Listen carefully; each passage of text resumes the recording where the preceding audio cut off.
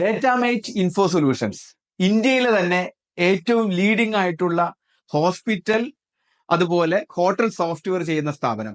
കൊച്ചിയിൽ കാക്കനാട് 600-ൽ പരം സാറ്റിസ്ഫൈഡ് ആയിട്ടുള്ള കസ്റ്റമേഴ്സ്, 7 രാജ്യങ്ങളിലായി വ്യാപരിച്ചു കിടക്കുന്ന ബിസിനസ് മേഖല, അതുകൂടാതെ 30 വർഷത്തെ പാരമ്പര്യം. നമ്മൾ ഇന്ന് വന്നിരിക്കുന്നത് ഈ ഡേറ്റാമേറ്റ് സൊല്യൂഷൻസിന്റെ MD ശ്രീ ജോബി ജോണിനെ കാണാനാണ്. നമുക്ക് അദ്ദേഹത്തോട് ചോദിച്ച് മനസ്സിലാക്കാം എന്തൊക്കെയാണ്, എങ്ങനെയാണ് അദ്ദേഹം ഈ പൊസിഷനിലേക്ക് വന്നതെന്ന്. മുഖങ്ങൾക്കപ്പുറം അടുത്തൊരു സീരീസിലേക്ക് എല്ലാവർക്കും സ്വാഗതം. Good morning Joby. Good morning, Jay. Welcome. Thank you. Welcome to the show. Thank you for coming all the way to Datamate. Joby John, ഞാൻ പറഞ്ഞല്ലോ ഡാറ്റാമേറ്റ് ഇൻഫോ സൊല്യൂഷൻസിന്റെ MD. ജോബി, എവിടെയാണ് സ്വദേശം, എങ്ങനെയാണ് തുടങ്ങിയത്, എന്തായിരുന്നു കരിയർ, എങ്ങനെ ഈ ഡാറ്റാമേറ്റിലേക്ക് എത്തപ്പെട്ടെ, ഒന്ന് വിശദീകരിക്കാമോ? തീർച്ചയായിട്ടും. എൻ്റെ നാട് കൂത്താട്ടോളം എന്ന് പറയും. കൂത്താട്ടോളം, അതായത് എറണാകുളത്ത് ഏകദേശം ഒരു 45 കിലോമീറ്റർ അകലെയാണ്. എറണാകുളം ഡിസ്ട്രിക്ട് തന്നെ. എറണാകുളം ഡിസ്ട്രിക്റ്റ്. അതെ അതെ. അപ്പോൾ സ്കൂളിംഗ് ഒക്കെ അവിടെയായിരുന്നു. ഓക്കെ. അത് കഴിഞ്ഞിട്ട് NIT എന്ന് പറഞ്ഞ സ്ഥാപനത്തിൽ IT പഠിക്കാൻ വേണ്ടിയിട്ട് അന്ന് ആ കാലത്ത് ഭയങ്കര ഫേമസ് ആയിട്ടുള്ള സ്ഥാപനമാണ്. ഞാൻ ഓർക്കുന്നുണ്ട്. Okay okay. ഞാൻ ആക്ച്വലി അതൊരു ഇൻസിഡന്റ് പറഞ്ഞാൽ, നമ്മൾ 10th കഴിഞ്ഞിട്ട് അടുത്ത സ്ഥലത്തേക്ക് പോയി. കുറവലങ്ങാടാണ് ഞാൻ പഠിച്ചത്. അത് കഴിഞ്ഞ് സെന്റ് സ്റ്റീഫൻസ് കോളേജിലാണ് ഫിസിക്സ് കഴിഞ്ഞത്. ഓ ശരി. ഫിസിക്സ് പഠിച്ച ഒരാളാണ് നേരെ സോഫ്റ്റ്വെയറിലേക്ക് മാറുന്നത് പിന്നീട്. അത് പലപ്പോഴും പല ആൾക്കാരുടെ ചരിത്രം നോക്കിയാലും പലരും പഠിച്ച കാര്യങ്ങളായിരിക്കില്ല ജീവിതത്തിൽ പ്രാവർത്തികമാക്കുന്നത്. അവർ പലപ്പോഴും എന്താ പറയുക, അവർ എക്സൽ ആയിട്ടുള്ള പലപ്പോഴും വേറെ മേഖലയിലേക്കും പോകാറുള്ള കാര്യങ്ങൾ നമ്മൾ പലരുടെ കേസിലും കേട്ടിട്ടുണ്ട്. ഓക്കെ, പറയാം. അപ്പം ഡിഗ്രി എക്സാം കഴിഞ്ഞതിന് ശേഷം ക്യുസാറ്റിലൊരു എക്സാമിനേഷൻ എഴുതാൻ വേണ്ടിയാണ് ശരിക്കും പറഞ്ഞാൽ ആദ്യമായിട്ട് എറണാകുളത്തേക്ക് വരുന്നത്. അപ്പോൾ എക്സാം എഴുതി. അപ്പോൾ അത് കഴിഞ്ഞിട്ട് തിരിച്ച് നാട്ടിലേക്ക് പോകും. ഇവിടുന്ന് ഏകദേശം ഒരു 2 മണിക്കൂറിന്റെ യാത്രയുണ്ട് കൂത്താട്ടിൽ എന്ന സ്ഥലത്തേക്ക്. അപ്പോൾ എൻ്റെ ബസ്സിൽ എൻ്റെ തൊട്ട് സൈഡിൽ ഒരാൾ ഇരിപ്പുണ്ടായിരുന്നു. ഇത് ഒരു സീനിയർ ആയിട്ടുള്ള ഒരു ആളായിരുന്നു. കൂത്താട്ടിലാണ് അദ്ദേഹത്തിന്റെ വീട്. അത് ശരി. അപ്പോൾ ഓൺ ദ വേ ഇങ്ങനെ വർത്താനം പറഞ്ഞ് സംസാരിച്ചു പോയതാണ്. അപ്പൊ എന്താണ് ഇനി അടുത്ത പ്ലാൻ എന്ന് ചോദിച്ചു. അപ്പൊ നമുക്കങ്ങനെ ഇന്നത്തെ കരിയർ ഗൈഡൻസ് കാര്യങ്ങളൊന്നും ഇല്ലല്ലോ. പ്രത്യേകിച്ച് പ്ലാൻ ഒന്നുമില്ല. ഞാനിങ്ങനെ ഒരു എക്സാം എഴുതാൻ ക്യുസാറ്റിൽ വന്നതാണ്. അപ്പൊ ഇഫ് ഇറ്റ്സ് അത് ശരിയാവുകയാണെങ്കിൽ അതനുസരിച്ച് പോകും, അല്ലെങ്കിൽ അതനുസരിച്ചിട്ട് പിന്നെ നെക്സ്റ്റ് എന്താ വെച്ചാൽ ഒരു ക്ലാരിറ്റി ഒന്നും ഇല്ലെന്ന് പറഞ്ഞു. ഹീ സജസ്റ്റ് പുള്ളി KLDN MM ബോർഡ് പറഞ്ഞിട്ട് മൂവാറ്റുപുഴ അടുത്ത് വാഴപ്പള്ളി എന്നൊരു സ്ഥലമുണ്ട്. ആ ഓഫീസിലെ സീനിയർ ആളാണ്. ഞാൻ സത്യത്തിൽ പേര് ഞാൻ മറന്നുപോയി. എൻ്റെ കരിയറിൽ ഏറ്റവും എന്താ പറഞ്ഞ ചേഞ്ച് വരുത്തിയ അപ്പോൾ അവിടെ ഒരു IT ഡിപ്പാർട്ട്മെന്റ് ഉണ്ട്. അപ്പോൾ അവിടെ വന്നു കഴിഞ്ഞാൽ അദ്ദേഹത്തിനെ കണക്ട് ചെയ്ത് സംസാരിച്ച് നോക്കാം. അത് പുതിയൊരു മേഖലയാണ്. ആ സമയത്ത് ഇതൊരു ഞാൻ സംസാരിക്കുന്നത് 88 ടൈമാണ്, 89 ടൈമാണ്. അപ്പോൾ ആദ്യമായിട്ടാണ് അങ്ങനെ ഒരു പുതിയൊരു മേഖല വന്നേക്കണാണ്. അപ്പോൾ ഓപ്പർച്യൂണിറ്റീസ് ഉണ്ടാവും. ട്രഡീഷണൽ ആയിട്ടുള്ള കാര്യങ്ങൾ നോക്കാതുകൊണ്ട് ഒന്ന് ചേഞ്ച് ചെയ്ത് നോക്കുന്നു പറഞ്ഞു. അപ്പൊ അങ്ങനെ ഞാൻ വെരി നെക്സ്റ്റ് മൂവാറ്റുപുഴയ്ക്ക് പോയി. അദ്ദേഹത്തിനെ പരിചയപ്പെടുത്തി. പുള്ളിയുടെ വീട് മുളന്തുരുത്തിയാണ് ആക്ച്വലി. അദ്ദേഹത്തിന്റെ പേര് ഓർമ്മയുണ്ട്, സുനീഷ് എന്നാണ് പേര്. അപ്പോൾ ഞാൻ കയറി സംസാരിച്ചു. അപ്പോൾ അദ്ദേഹം എന്നെ ഗൈഡ് ചെയ്തത് ഇങ്ങനെ ഹി സ്റ്റഡീഡ് ഇൻ ബാംഗ്ലൂർ.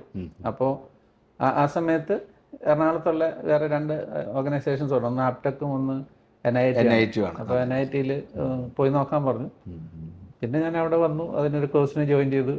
അത് കഴിഞ്ഞിട്ട് as A part of the project, course കഴിയുമ്പോൾ ഒരു PG ഡിപ്ലോമ പ്രോജക്റ്റ് ഉണ്ടല്ലോ, അതിന് വേണ്ടിയിട്ട് എനിക്ക് ഒരു അവസരം കിട്ടി. കൊച്ചിൻ സ്റ്റോക്ക് എക്സ്ചേഞ്ചിന്റെ ഒരു മെമ്പറുടെ ഓഫീസിലാണ്. അപ്പോൾ അദ്ദേഹം എൻ്റെ ട്യൂട്ടറായിട്ടുള്ള ആളെ ഫിലിപ്പ് സാർ എന്നാണ് പേര്. ഫിലിപ്പാണ് എന്നെ കണക്ട് ചെയ്തത് അദ്ദേഹത്തിനോട്. അപ്പോൾ അദ്ദേഹത്തിന്റെ ഫ്രണ്ടാണ് ജോജോ സെബാസ്റ്റ്യൻ എന്ന് പറയും. അദ്ദേഹത്തിന്റെ അടുത്ത് എന്നെ ഈ പ്രോജക്റ്റ് ചെയ്യാനായിട്ട് എന്നെ ഇൻട്രൊഡ്യൂസ് ചെയ്ത്. അപ്പം അങ്ങനെയാണ് പാർട്ട് ഓഫ് ഇത് അവിടെ പ്രൊജക്റ്റ് ചെയ്തു. ആ പ്രോജക്റ്റ് അങ്ങനെ നമ്മൾ കൊച്ചിൻ സ്റ്റോക്ക് എക്സ്ചേഞ്ചിൽ ഒത്തിരി മെമ്പേഴ്സുമായിട്ട് അങ്ങനെ കണക്ട് ചെയ്യാൻ പറ്റി. അന്ന് ഇന്നത്തെ NSE എന്ന് പറഞ്ഞ സംഭവം അന്ന് ഇവിടെയാണ്. അവിടെ കലൂര് വീക്ഷണം റോഡിലായിരുന്നു. ST റെഡ്ഡി ബിൽഡിങ്ങിലാണ്. അപ്പോൾ അവിടെയാണ് നമ്മൾ ശരിക്കും പറഞ്ഞാൽ ഇതിനെക്കുറിച്ച് സ്റ്റോക്ക് ഓഹരി ഇതിനെക്കുറിച്ച് കേൾക്കുന്നത്. അപ്പം അതിനു മുമ്പ് സാധാരണ മനോരമ പേപ്പർ എടുത്തു കഴിഞ്ഞാൽ കുരുമുളക്, ഏലം, ചുക്ക്, റബ്ബർ, ഇത് കോട്ടയം, എറണാകുളം അല്ലാതെ ഇങ്ങനെയുള്ള സംഭവങ്ങളില്ലല്ലോ. അപ്പോൾ ഓഹരി വിപണി എന്ന് പറഞ്ഞ കാര്യം എന്താന്നുള്ളത് അവിടെ എക്സ്ചേഞ്ചിൽ വരുമ്പോഴാണ് അറിയില്ലാക്കിയത്. കാരണം അവിടെ എക്സ്ചേഞ്ചിൽ ഏകദേശം ഒരു 450 മെമ്പേഴ്സ് ഉണ്ട്. അപ്പൊ ഈ മെമ്പേഴ്സ് ഒരു ഉച്ച ടൈം ഒരു 10 മണി 11 മണിക്കാണ്ടാണെന്ന് എനിക്ക് ട്രേഡിംഗ് തുടങ്ങുന്നത്. 2 o'clock ഉള്ളിൽ തീരും. അപ്പൊ ആ സമയത്തിനുള്ളിലുള്ള ബഹളവും കാര്യങ്ങളൊക്കെയാണ്. അത് കഴിഞ്ഞിട്ട് അവർക്ക് ബാക്ക് ഓഫീസിൽ വന്നിട്ട് ഇത് ആർക്ക് വേണ്ടി വാങ്ങിച്ച് ആർക്ക് വേണ്ടി വിറ്റത് കാര്യങ്ങളെല്ലാം അറിയണം. അതൊരു പ്രോബ്ലം ആയിരുന്നു ആ സമയത്ത്. അങ്ങനെ ഐഡന്റിഫൈ ചെയ്ത് കൊടുക്കുക. ടൈം ഒരു പ്രശ്നമാണല്ലോ, ഈ ചുരുങ്ങിയ സമയത്തിനുള്ളിൽ ശരിയാക്കാൻ തന്നെ വേണം. എന്നിട്ട് അവർ വന്നിട്ട് സോർട്ട് ചെയ്തിട്ട് എടുക്കുന്ന സിസ്റ്റം ആയിരുന്നു. ഓട്ടോമേഷൻ ഒന്നും ഇല്ല. അവിടെ നിന്ന് ഒരു സ്റ്റേറ്റ്മെന്റ് കിട്ടും, ആ സ്റ്റേറ്റ്മെന്റ് കേട്ട് വൈകുന്നേരം ഒരു 4-4:30 ആകുമ്പോൾ കിട്ടാം. അത് കഴിഞ്ഞിട്ട് അവരുടെ ഓഫീസിൽ വന്നിട്ട് ആർക്കൊക്കെ എത്രയൊക്കെയാണെന്ന് ലിസ്റ്റ് ചെയ്ത് പേയ്മെന്റ് മേടിക്കാനുള്ള പേയ്മെന്റ് ഇടുന്ന പോലെ ഓൺലൈനൊന്നും ഇല്ലല്ലോ അന്ന്. ഇന്റർനെറ്റ് ഇല്ല, ഗൂഗിൾ ഇല്ല, ഒരു സംഭവമില്ല. വിളിച്ചു പറയാണെന്ന് എടുത്തിട്ട് കിട്ടിയിട്ടുണ്ട്, ഇത്ര രൂപയ്ക്ക് കിട്ടി എന്നുള്ള രീതിയിൽ മാത്രം പറയൂ. പക്ഷെ അന്ന് ഫാക്സ് ഒക്കെ ഉണ്ട്, ഫാക്സ് ചെയ്യുക, അങ്ങനെയാണ് കുറച്ച് ഡിസ്റ്റൻസ് ഉള്ളവർ. അല്ലാതൊരു ഫോണിൽ വിളിച്ച് പറയുക, അതനുസരിച്ചുള്ള ഇതാണ്. അവരൊക്കെ ആ സമയത്തൊക്കെ എനിക്ക് വേണ്ട പല മെമ്പേഴ്സിന്റെ അടുത്ത് റെഗുലറായിട്ട് വാങ്ങിക്കുന്ന ആൾക്കാരെ ചെക്ക് തന്നെ കൊടുത്തു വെച്ചൊക്കെ ഇഷ്ടമുള്ളത് എഴുതിയെടുക്കാൻ വേണ്ടി റേഞ്ച് മാത്രം പറഞ്ഞു കൊടുക്കും. ഈ റേഞ്ചിൽ വന്നാൽ എടുത്തോ അല്ലെങ്കിൽ അടിച്ചോ എന്ന് പറയും. ആ രീതിയിലാണ് ചെയ്യുന്നത്. അപ്പൊ അങ്ങനെയാണ് ആ മേഖലയിലേക്ക് അങ്ങനെയാണ് ഈ സോഫ്റ്റ്വെയർ മേഖല കൂടുതൽ മനസ്സിലാവാൻ തുടങ്ങി. അങ്ങനെയാണ് എന്റെ തുടക്കം. പിന്നീട് എങ്ങനെയാണ് ഡാറ്റാമേറ്റിലേക്ക് ഉള്ള ഒരു തുടക്കം ചിന്തിക്കാനായിട്ട്? പിന്നെ ആക്ച്വലി ഞാൻ പ്രോഡക്റ്റ് ഇത് ചെയ്തതിന് ശേഷം നമുക്ക് കുറെ ആൾക്കാരെ റിയാസിനെയൊക്കെ നാട്ടിൽ ഞങ്ങൾ ഫോം ചെയ്യുന്ന കമ്പനി 4 ഡയറക്ടേഴ്സ് ഉണ്ടായിരുന്നത്. Riyas, myself and Shameem, then Sreekumar. ഷമീമും ശ്രീകുമാറും ആക്ച്വലി കൊച്ചിൻ സ്റ്റോക്ക് എക്സ്ചേഞ്ചിലെ മെമ്പേഴ്സ് ആയിരുന്നു. അങ്ങനെയാണ് പിന്നെ അതിന്റെ മുമ്പോട്ട് വന്നത്. ആ പീരീഡിൽ Sreekumar was the treasurer of Cochin stock exchange. അപ്പോൾ അങ്ങനെ ഒരു കണക്ഷൻ വന്നു, കമ്പനി ഫോം ചെയ്തു. അതുവഴി കുറെ കണക്ഷൻസ്, കാരണം അവരെ എല്ലാവരും അറിയുമല്ലോ. അത് 93-ലായിരുന്നു. അപ്പൊ അങ്ങനെ ഒരു പിന്നെ ഒരു 95 വരെയൊക്കെ അത് പോയി. അപ്പോഴത്തേക്കും നമ്മുടെ പുതിയ ഒരു സ്കാം വന്നല്ലോ, എല്ലാ അതെ. ആ ഒരു അതിന്റെ സീക്വൻസിൽ പോയപ്പോ പിന്നെ കസ്റ്റമേഴ്സ് എല്ലാവരും നേരെ കീപ്പോട്ട് വന്നു.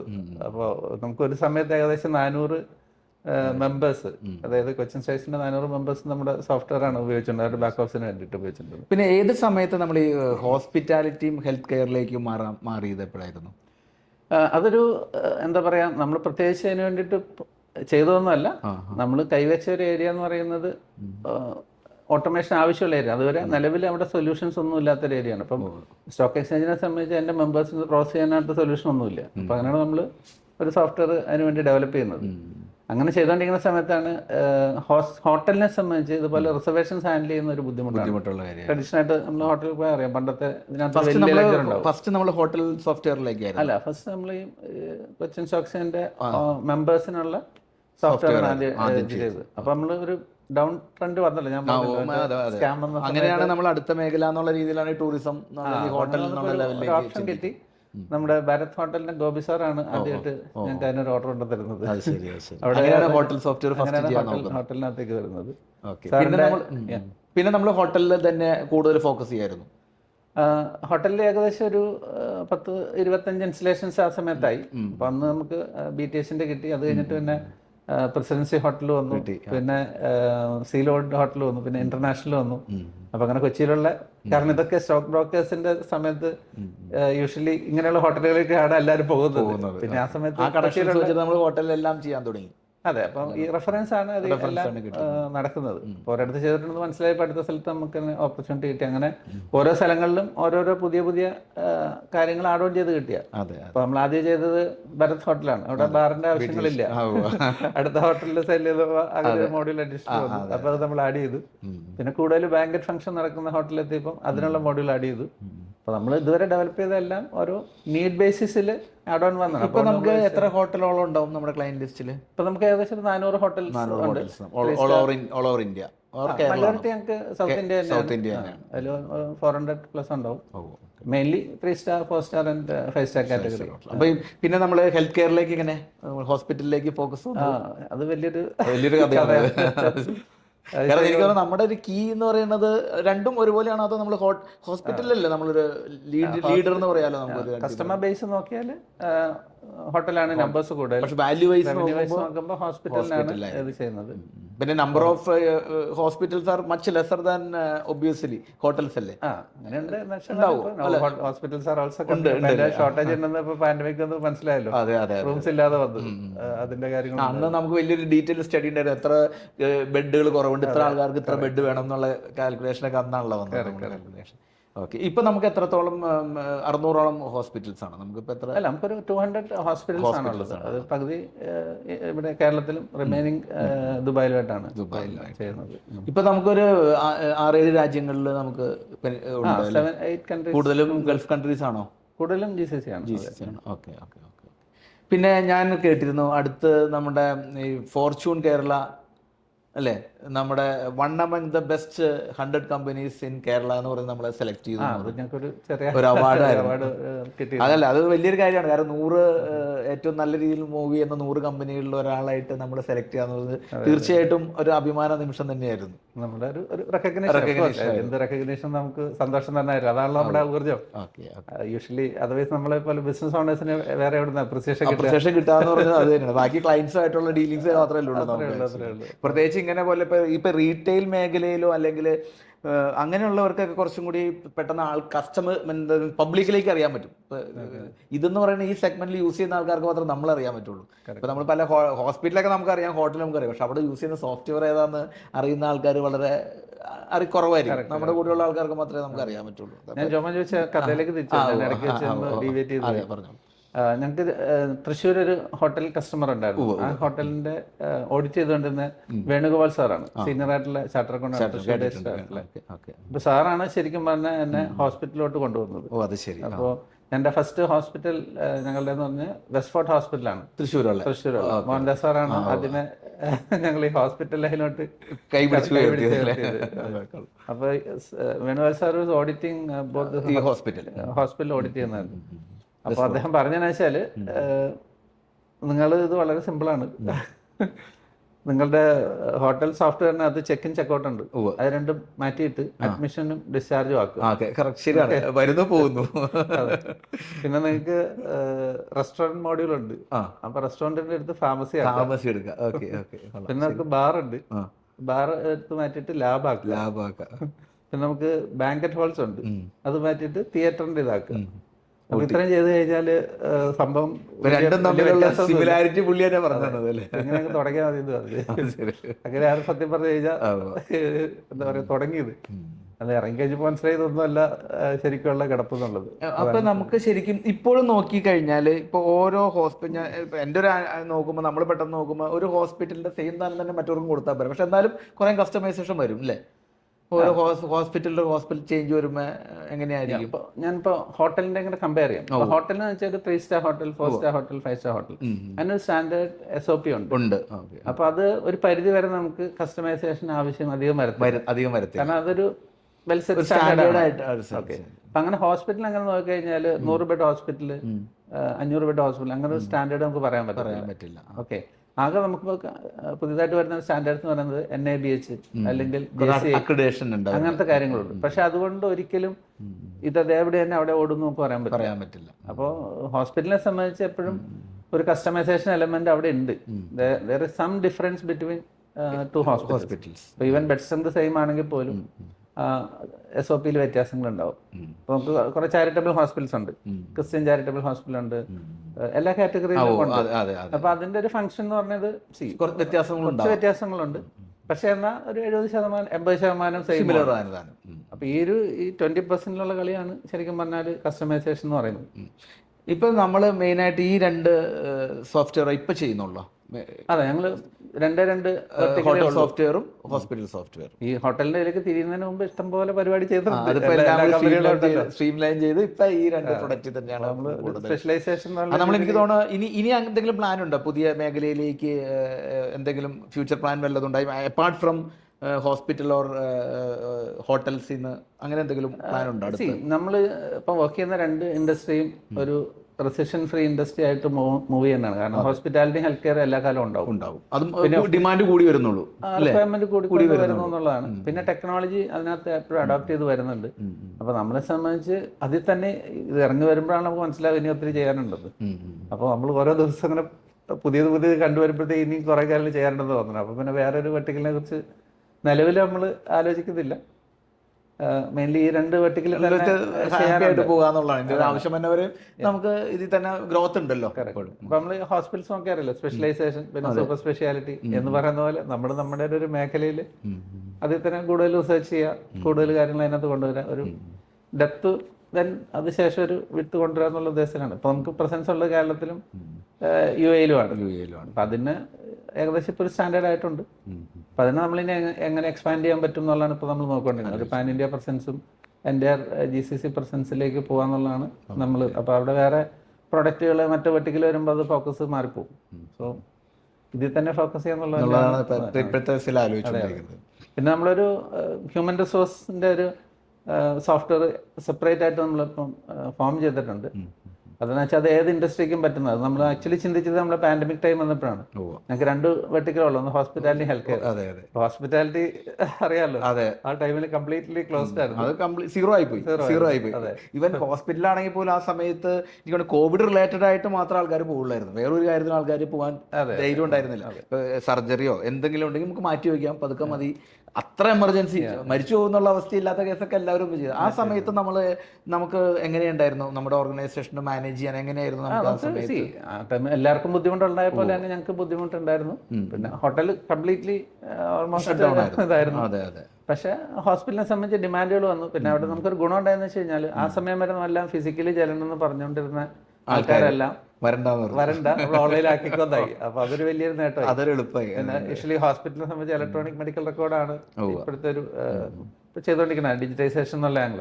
അപ്പൊ അതിനു മുമ്പ് കംപ്ലീറ്റ് യൂഷ്വലി എൻഡ് യൂസേഴ്സ് എന്നുള്ള രീതിയിൽ ഇപ്പൊ ഡോക്ടേഴ്സ് ആണെങ്കിലും നഴ്സസ് ആണെങ്കിലും അവർ കുറച്ചൊരു എന്താ പറയാ, ഒരു റെസ്ട്രിക്ഷൻ ഉണ്ടായിരുന്നു അവർക്ക് അതിലേക്ക് വരാനൊരു മടി. കാരണം അവരുടെ വോളിയം ഡെയിലി ഹാൻഡിൽ ചെയ്യണം. അപ്പൊ അതിന്റെ ഒപ്പം ഇത് പഠിക്കണം, ഇത് ചെയ്യണം എന്നൊക്കെ പറയുമ്പോഴത്തേക്കും ഞങ്ങൾക്ക് ഡബിൾ ജോബാണെന്നുള്ളതായിരുന്നു.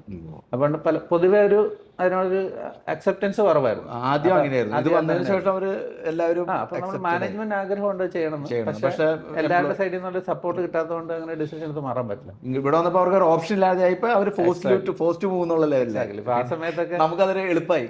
മറ്റെന്താ പറയുക, പോസ്റ്റ് ഇല്ലാത്ത ഗോളില്ലാത്ത പോസ്റ്റിൽ കയറി ഗോൾ അടിക്കാൻ പറ്റുന്ന അവസ്ഥയിൽ ഈസി ആയിട്ട് കിട്ടി ആ സമയത്ത്. അതൊരു നെസസിറ്റി ആയിട്ട് വന്നപ്പോൾ എൻഡ് യൂസറിന്റെ സൈഡിൽ നിന്നുള്ള ആക്സെപ്റ്റൻസ് കൂടി. കാരണം ആവശ്യക്കാരായി മാറിയവരിപ്പോ പിന്നെ നമ്മൾ പഠിപ്പിക്കണം. പിന്നെ ഓഫ് കോഴ്സ് സമയം കിട്ടിയല്ലോ, റിമോട്ട്ലി ആണെങ്കിലും പഠിക്കാം, ആ ഒരു കൾച്ചർ വന്നു.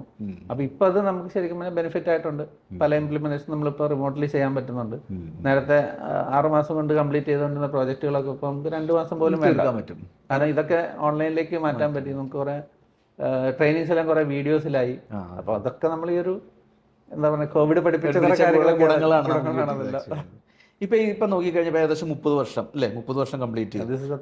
30th year ആണ്. കൺഗ്രാറ്റ്സ്. എനിവേ, അപ്പൊ അങ്ങനെ നോക്കുമ്പോൾ ഇപ്പൊ ഈ കഴിഞ്ഞ 30 വർഷത്തിലൊന്ന് ആലോചിക്കുമ്പോൾ ഈ നമ്മളെ വിഷമിപ്പിച്ചിട്ടുള്ള അല്ലെങ്കിൽ നമുക്ക് നടത്തിക്കൊണ്ടു പോകാൻ പറ്റില്ല എന്ന് തോന്നിയേക്കണ ഏതെങ്കിലും അവസരമൊക്കെ ഉണ്ടായിട്ടുണ്ടോ? അങ്ങനെ ഒരു ചലഞ്ചസ് ഉണ്ടായിട്ടുണ്ടോ? അതിനെ എങ്ങനെ ഓവർകം ചെയ്യാൻ പറ്റി? അല്ല ഫസ്റ്റ് എന്ന് പറഞ്ഞു കഴിഞ്ഞാൽ 400 സ്റ്റോക്ക് ബ്രോക്കിംഗ് കസ്റ്റമേഴ്സ് ഉള്ളിടത്ത് കേരളത്തിലാകെ 4 NSE മെമ്പേഴ്സും ഉള്ളൂ. JRG securities, peninsular capital and Geojit and vertex securities. ഇതിൽ ഞങ്ങൾ പെനിൻസുലറിനെയും JRGയും ഞങ്ങൾ സപ്പോർട്ട് ചെയ്യുന്നുണ്ട്. അപ്പോൾ 400 ക്ലയൻറ്റിൽ നിന്ന് നേരെ വന്നിട്ട് 2 ക്ലയൻ്റായി. അപ്പോൾ അതൊരു വലിയൊരു വീഴ്ചയാണല്ലോ. അപ്പോഴാണ് ഹോട്ടലിന്റെ സൈഡിലേക്ക് നമുക്കൊരു അവസരം കിട്ടി. പിന്നെ അതിലേക്ക് മാറാൻ പറ്റി. At the same time we were maintaining this 2 clients. പിന്നെ കുറെ കഴിഞ്ഞപ്പോഴത്തേക്കും പിന്നെ നമ്മൾ ആ ഒരു വെർട്ടിക്കൽ നമ്മൾ പല കമ്പനികളും അക്വിസിഷനിലേക്ക് പോയി. പിന്നെ അവരുടെ കൂടുതൽ നോർത്ത് ഇന്ത്യ ബേസ്ഡ് ആയിട്ടുള്ള കാര്യങ്ങൾ പെനിട്രേഷൻസ് കൂടുതലായി. നമ്മൾ അവിടേക്ക് പോയി എക്സ്പാൻഡ് ചെയ്താലേ നടക്കത്തുള്ളൂ. അതുകൊണ്ട് നമ്മൾ പതുക്കെ അതിൽ നിന്ന് നമ്മൾ വിഡ്രോ ചെയ്യുക ചെയ്തത്. പിന്നെ ഹോട്ടലിൽ വന്നു കഴിഞ്ഞപ്പോൾ ഹോട്ടൽ നന്നായിട്ട് തന്നെ പോയി. അതിനകത്ത് പ്രശ്നങ്ങളൊന്നും ഉണ്ടായില്ല. പിന്നെ ഏറ്റവും സ്ട്രഗിൾ ചെയ്ത ടൈം എന്ന് പറഞ്ഞു കഴിഞ്ഞാൽ നമ്മൾ 450 സ്ക്വയർ ഫീറ്റാണ് ഞങ്ങൾ ആദ്യത്തെ ഓഫീസ് കച്ചേരിപ്പടിയിലായിരുന്നു. അതിൽ നിന്ന് ഞങ്ങളൊരു 3500 സ്ക്വയർ ഫീറ്റിലേക്ക് ഒരു മാറ്റം വരുത്തി. അത് കൊച്ചിൻ നമ്മുടെ സെസ്സിനുള്ളിലേക്ക് നമ്മൾ മൂവ് ചെയ്തു. അത് 99-2000 ടൈമിലാണ്. അപ്പോൾ അന്ന് ആക്ച്വലി ശരിക്കും പറഞ്ഞാൽ ഇവിടെ ഇൻഫോ പാർക്ക് ഇല്ല. അപ്പോൾ ട്രിവാൻഡ്രത്ത് ടെക്നോ പാർക്ക് ഉണ്ട്. അപ്പം കൊച്ചിയിലൊരു ഇൻഫോ പാർക്ക് അല്ലെങ്കിൽ ഒരു ടെക്നോ പാർക്ക് വേണം എന്നുള്ള ആഗ്രഹത്തിൻ്റെ പുറത്ത് ഗവൺമെൻറ് ആയിട്ട് കൊണ്ടുവന്നൊരു പ്രോഗ്രാമായിരുന്നു. അപ്പം അതിൽ സെസ്സിൻ്റെ അന്ന് CSEZ അല്ല, സെപ്സ് ആണ്, CEPSZ ആയിരുന്നു.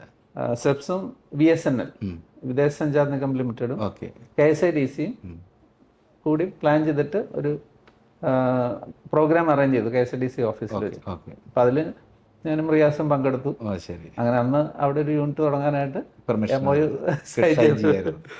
അപ്പോൾ അങ്ങനെയാണ് സെസ്സിലേക്കുള്ള ആദ്യത്തെ ഒരു എൻട്രി വരുന്നത്. അപ്പോൾ നമ്മുടെ വിചാരം അവിടെ സെസ്സിൽ വന്നു കഴിഞ്ഞാൽ പിന്നെ എക്സ്പോർട്ട് ഓർഡറൊക്കെ ഇങ്ങോട്ട് വരുന്നത് വിചാരിച്ചിട്ട് അത് നടന്നില്ല. പിന്നെ നമ്മൾ ഡൊമസ്റ്റിക്കിൽ തന്നെ നമ്മൾ ചെയ്യണം, നമ്മൾ പണി നടപ്പെടുത്താലേ നടക്കുള്ളൂ എന്നുള്ളത് മനസ്സിലായി. പക്ഷെ അഫ്കോഴ്സ് അവിടെ നമുക്ക് കുറച്ച് ഗുണങ്ങൾ കിട്ടിയിട്ടുണ്ട്. എക്സ്പോർട്ട് ഇത് കിട്ടി. പക്ഷെ നമുക്കത് ആ ഒരു പീരീഡിൽ നമ്മൾ ഒരു 450 നിന്ന് 3500 സ്ക്വയർ ഫീറ്റിലേക്ക് മാറിയപ്പോഴായിട്ടുള്ള ഫിക്സഡ് എക്സ്പെൻഡിച്ചേഴ്സും മറ്റു കാര്യങ്ങളും എല്ലാം കൂടെ നമ്മൾ ഉദ്ദേശിച്ച രീതിയിൽ ആ സമയത്ത് മാനേജ് ചെയ്യാൻ പറ്റി. ബുദ്ധിമുട്ടായിരുന്നു. നമ്മൾ വിചാരിച്ച ഇൻകം പെട്ടെന്ന് കിട്ടിയില്ല. പിന്നെ ഫോറിൻ ഓർഡേഴ്സ് കിട്ടും എന്നുള്ള പ്രതീക്ഷയിൽ നമുക്ക് കുറെ കാര്യങ്ങൾ നടന്നെങ്കിലും അത് സമയത്തൊന്നും നടന്നില്ല. സമയത്ത് ക്യാപിറ്റലൈസ് ചെയ്യാൻ പറ്റില്ല. അപ്പൊ അതൊരു വലിയ ചലഞ്ചാണ്. അപ്പൊ നമുക്ക് ലോൺ ഉണ്ട്, അത് തിരിച്ചടക്കാനുള്ള ബുദ്ധിമുട്ടുകളുണ്ട്. നമ്മളെല്ലാ ബിസിനസ്സുകാർക്കും പറ്റുന്ന ഒരു പ്രശ്നമാണ് മന്ത്ലി എക്സ്പെൻസും EMI അടയ്ക്കുക എന്നുള്ളത് വലിയൊരു കാര്യം. അതെ. അപ്പൊ അതൊരു സ്റ്റേജ് വന്ന് സ്ട്രഗിൾ ചെയ്താൽ ഈവൻ റവന്യൂ റിക്കവറി സ്റ്റേജിൽ വരെ വന്നു. അപ്പൊ അതിൽ നിന്ന് പിന്നെ നമുക്ക് ഒരു ഓർഡർ ദുബായിൽ നിന്ന് കിട്ടി. പിന്നെ അതിൽ കൂടെ നമ്മൾ പിന്നെ തിരിച്ച് കയറി നമ്മളത് അങ്ങനെ റവന്യൂ റിക്കവറിന്ന് പ്രതീക്ഷിച്ച് അല്ലെങ്കിൽ അതൊക്കെ ഫേസ് ചെയ്ത് കൊടുത്ത് ഇന്നിപ്പോ നമ്മളൊരു IPO അല്ലെ IPOയിലേക്ക് വരാനുള്ള ഒരു ശ്രമത്തിലാണ്. IPO മൂവി നടന്നുകൊണ്ടിരിക്കുന്നു. പബ്ലിക് ഇഷ്യൂ നമുക്ക് അടുത്ത് തന്നെ പ്രതീക്ഷിക്കാം. ഓൾമോസ്റ്റ് DRSP ഫയലിംഗ് സ്റ്റേജിൽ നടന്നുകൊണ്ടിരിക്കുകയാണ്.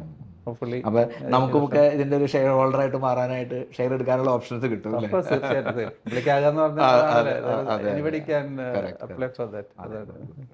ഈ നമ്മുടെ ഈ ഹോസ്പിറ്റലൊക്കെ നോക്കുമ്പോൾ നമ്മൾ ഈ വളരെ പേഷ്യൻസിന്റെ ഇൻഫർമേഷൻ വളരെ ക്രിട്ടിക്കൽ ആയിട്ടുള്ള ഡേറ്റയാണ്.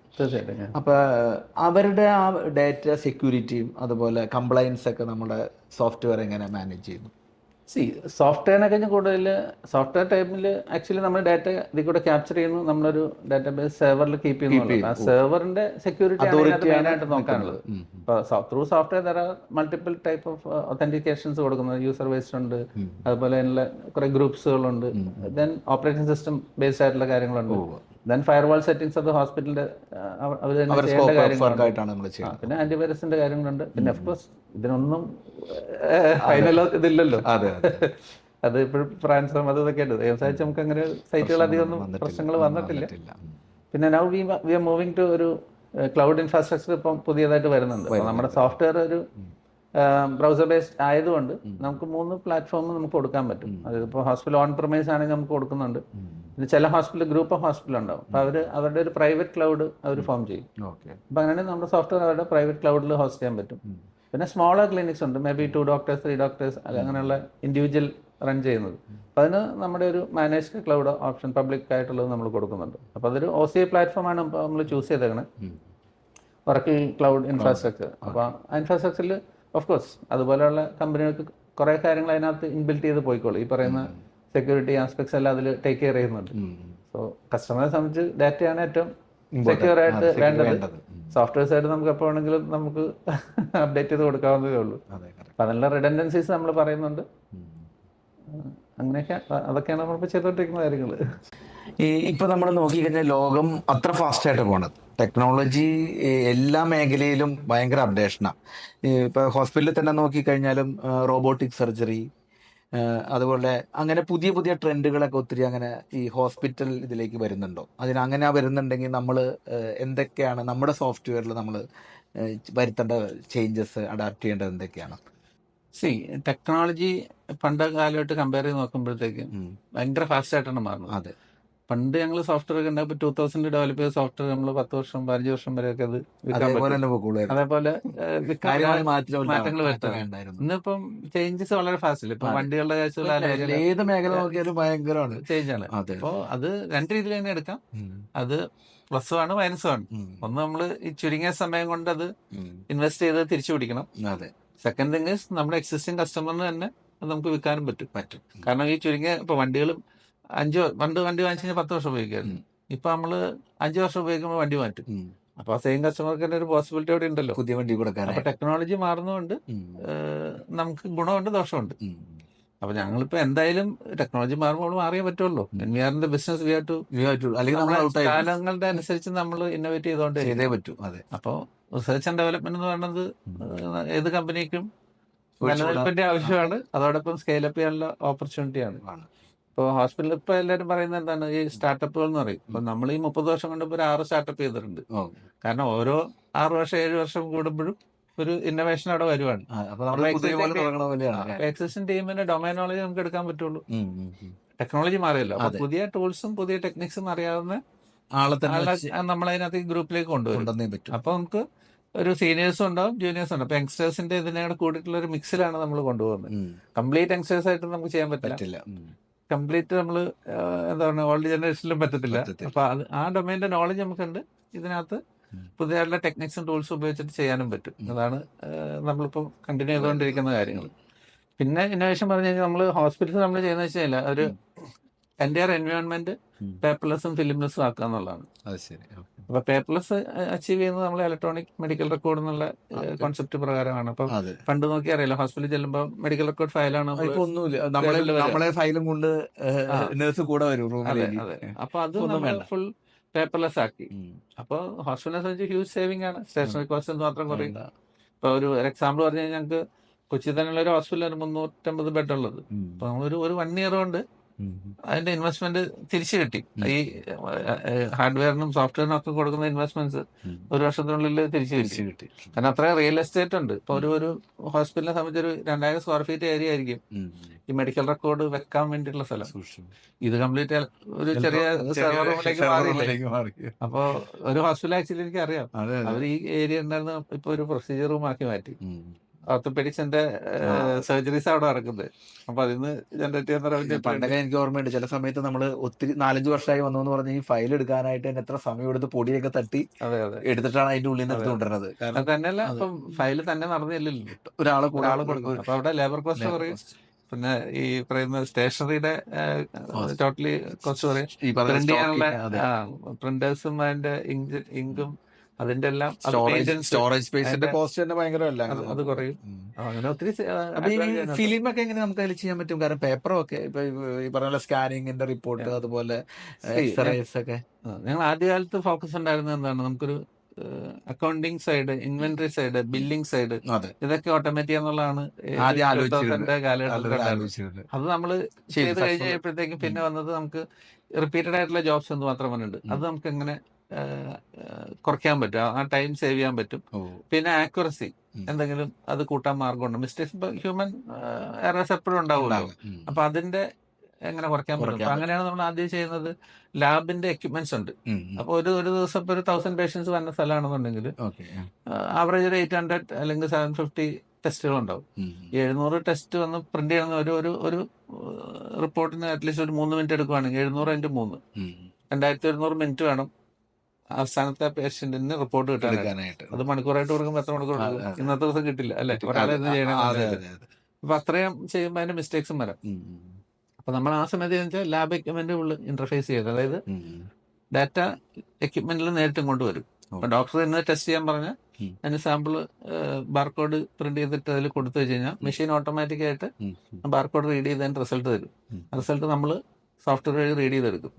അപ്പോൾ അവിടെ ഹ്യൂമൻ എററിന്റെ പോസിബിലിറ്റി പോയി, ഡാറ്റ സ്ട്രൈറ്റ് ആയിട്ട് നമുക്ക് കയറി വരണം. അപ്പൊ നമുക്ക് 6 മണിക്കൂർ അല്ലെങ്കിൽ 8 മണിക്കൂർ കഴിഞ്ഞ് കൊടുക്കാൻ പറ്റുന്ന റിസൾട്ട് നമുക്ക് 1/2 മണിക്കൂറിനുള്ളിൽ റിസൾട്ട് റെഡിയായി. പ്രിന്റ് എടുക്കേണ്ട ആവശ്യമില്ല, ഡോക്ടറിന്റെ ടേബിളിൽ അത് കിട്ടുകയും ചെയ്തു. പിന്നെ ഇപ്പം വാട്സപ്പ് അതൊക്കെ ഉള്ളതാണ്. അതൊക്കെ മനസ്സിലാക്കി അപ്രൂവ് ചെയ്ത് കഴിഞ്ഞാൽ അത് പബ്ലിഷ് ചെയ്ത് പേഷ്യന്റ് എടുത്ത് വരെ കൊടുക്കാനും പറ്റും. പേഷ്യൻസിന് തന്നെ നമ്മുടെ മെഡിക്കൽ റെക്കോർഡ് കാണാവുന്ന സാഹചര്യത്തിലാണ് ഇരിക്കുന്നത്. ആവശ്യമുണ്ടാവും. പേഷ്യന്റ് പോർട്ടൽ ഉണ്ട്, അല്ലെങ്കിൽ അവരുടെ മൊബൈൽ ആപ്പ് ഉണ്ട്, അല്ലെങ്കിൽ ഈവൻ വാട്സപ്പ് ഉണ്ട്.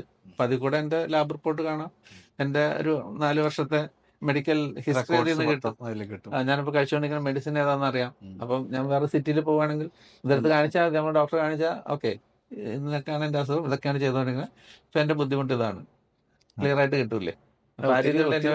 ഒത്തിരി മാറ്റങ്ങൾ.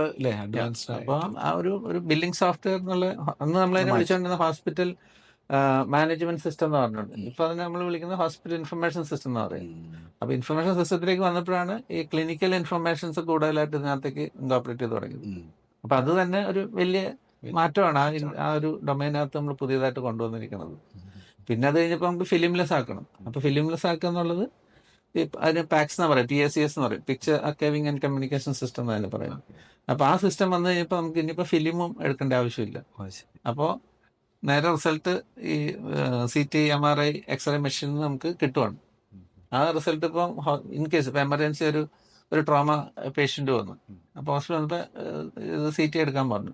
CT എടുത്ത് കഴിഞ്ഞപ്പോൾ നമുക്ക് ന്യൂറോ സർജൻ ഇവിടെ ഇപ്പം ചിലപ്പോൾ ഹോസ്പിറ്റലിൽ ഉണ്ടാവില്ല. അപ്പൊ അങ്ങനെയാണെങ്കിൽ ഇത് റേഡിയോൾസ് റേഡിയോൾസ് അവിടെ ഇല്ലെങ്കിലും നമുക്കത് അയച്ചു കൊടുത്തിട്ട് റേഡിയോൾസ് അപ്പൊ തന്നെ അവരുടെ ഒപ്പീനിയൻ എടുക്കാൻ പറ്റും. റിപ്പോർട്ട് അപ്പൊ തന്നെ അദ്ദേഹം റിപ്പോർട്ട് ചെയ്യാൻ പറ്റും. അതോടൊപ്പം ന്യൂറോ സർജൻ അയച്ചു കൊടുക്കാൻ പറ്റും. സർജറി ചെയ്യേണ്ട കേസാണെങ്കിൽ അദ്ദേഹം വരുമ്പോഴത്തെ ഇവിടെ എല്ലാം സെറ്റ് എല്ലാം ആയിട്ട് റെഡി ആയിരിക്കും. അപ്പൊ ഒരു ഗോൾഡൻ അവേഴ്സ് നമ്മൾ സേവ് ചെയ്യുന്ന കാര്യം അവിടെ അത് വരുന്നത്. വലിയ കാര്യമാണല്ലോ ഈ പറഞ്ഞ ഒരു പേഷ്യൻസിന്റെ ഇത് വെച്ച് നോക്കുമ്പോൾ. അതെ.